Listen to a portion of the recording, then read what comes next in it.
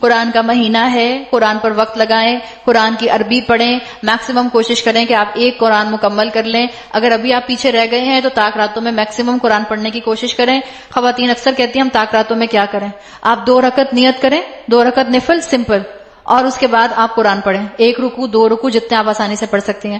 پھر 2 رکعت پڑھیے، پھر قرآن کی تلاوت کیجیے، پھر 2 رکعت پڑھیے، پھر قرآن کی تلاوت کیجیے. تو آپ کی عبادت اور تلاوت ساتھ ساتھ چلتی رہے گی. ہمیں قرآن اتنا حفظ نہیں ہوتا، ہم لمبا لمبا قیام نہیں کر سکتے.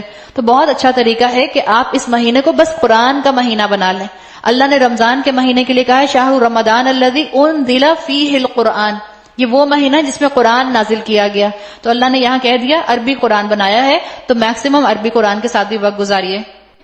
اللہ کے رسول صلی اللہ علیہ وسلم نے جس طرح مجھے اور آپ کو مثال کے طور پر عبادات کے طریقے بتا دیے، اگر اس سے آگے آپ اور میں نکلیں گے تو اس کا مطلب ہے ہم پیش قدمی کر رہے ہیں. اللہ کے رسول صلی اللہ علیہ وسلم آپ کو اور مجھے بتا گئے کہ شب قدر کے اندر عبادت کرو، نوافل پڑھو، قرآن پڑھو، کوئی اس کے اندر قید نہیں ہے، جتنا چاہے نوافل پڑھو. ہم کہتے ہیں میں 4 رکعت پڑھوں گی اور ہر رکعت کے اندر جو ہوں مثال کے طور پر میں 36 دفعہ سورہ فاتحہ پڑھوں گی، 40 دفعہ جو ہے میں سورہ اخلاص پڑھوں گی. یہ سب کرنے کی ضرورت نہیں ہے. اللہ کے رسول صلی اللہ علیہ وسلم سے جو عبادات ثابت ہیں وہ کیجیے.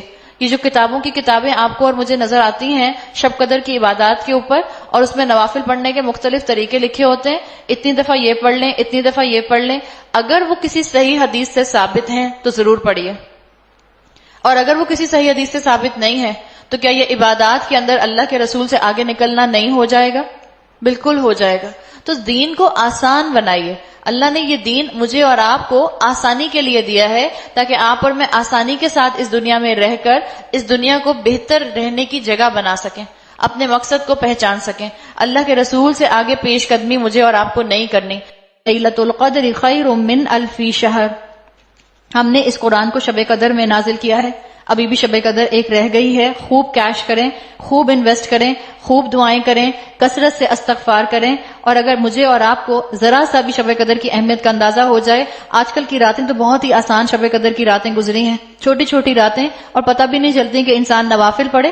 شب قدر کی عبادتوں میں کوئی اسپیسیفک عبادت نہیں ہے. آپ نوافل پڑھیے، آپ قرآن پڑھیے، آپ جو ہیں دعائیں کیجئے، آپ کثرت سے استغفار کیجئے. اگر آپ جو ہے مثال کے طور پر آپ کو نماز نہیں پڑھنی، آپ تسبیحات کر سکتی ہیں.